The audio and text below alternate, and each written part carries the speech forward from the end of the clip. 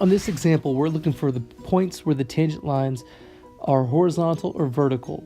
That means we're looking for where the derivative equals 0 or is undefined. So let's start by finding the derivative of this implicit relationship here. And the derivative of x squared is going to totally be 2x. The derivative of 4y will be 4 dy dx. And the derivative of negative y squared would be negative 2y dy dx. So don't forget to multiply those by dy dx. Alrighty, and let's solve this for dy dx. So let's factor dy dx on the right side, leaving me with 4 minus 2y. And let's divide by 4 minus 2y to get dy dx by itself.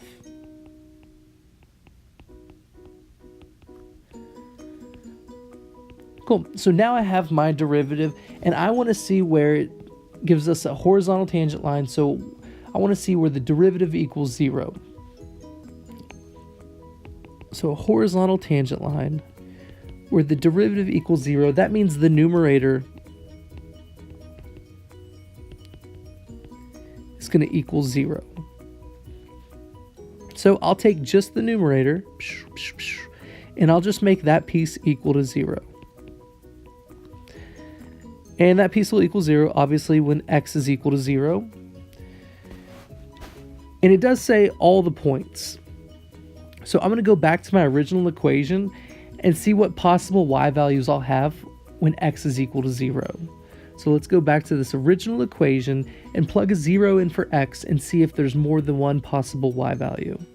So it says x squared, so 0 squared equals 4 times y minus y squared.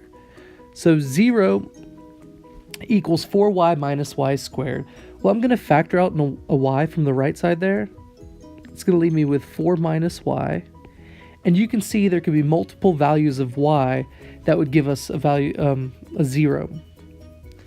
So those values are when y equals 0 and when y equals 4. So there's actually 2 points where I'll have a horizontal tangent. Both of them are when x equals 0, and for one of those x equals 0's, y is going to equal 0, and for the other one, y is going to equal 4. So 2 points on that curve. You can tell that it's not a function. That sucker would not pass the vertical line test for sure. So let's see where we have a vertical tangent. My E got messed up there. Vertical tangent means the denominator will equal 0. Therefore, it'll have an undefined slope, right? So denominator needs to equal 0 to give me that undefined slope. So my denominator is 4 minus 2y. We need it to equal 0. That means y is going to equal 2. All right, so we're still going to go back to the original function and plug that 2 back in to see what possible x values I could have at that point. So x squared equals 4 times y minus y squared. So that's 8 minus 4, x squared equals 4. So let's square root both those sides, and I see that x equals plus and minus square root of 4, 2. So there's 2 places where I'll have a vertical tangent line also. Both of those occur when y equals 2. And at one place, x equals a negative 2, and at the other place, x equals a positive 2.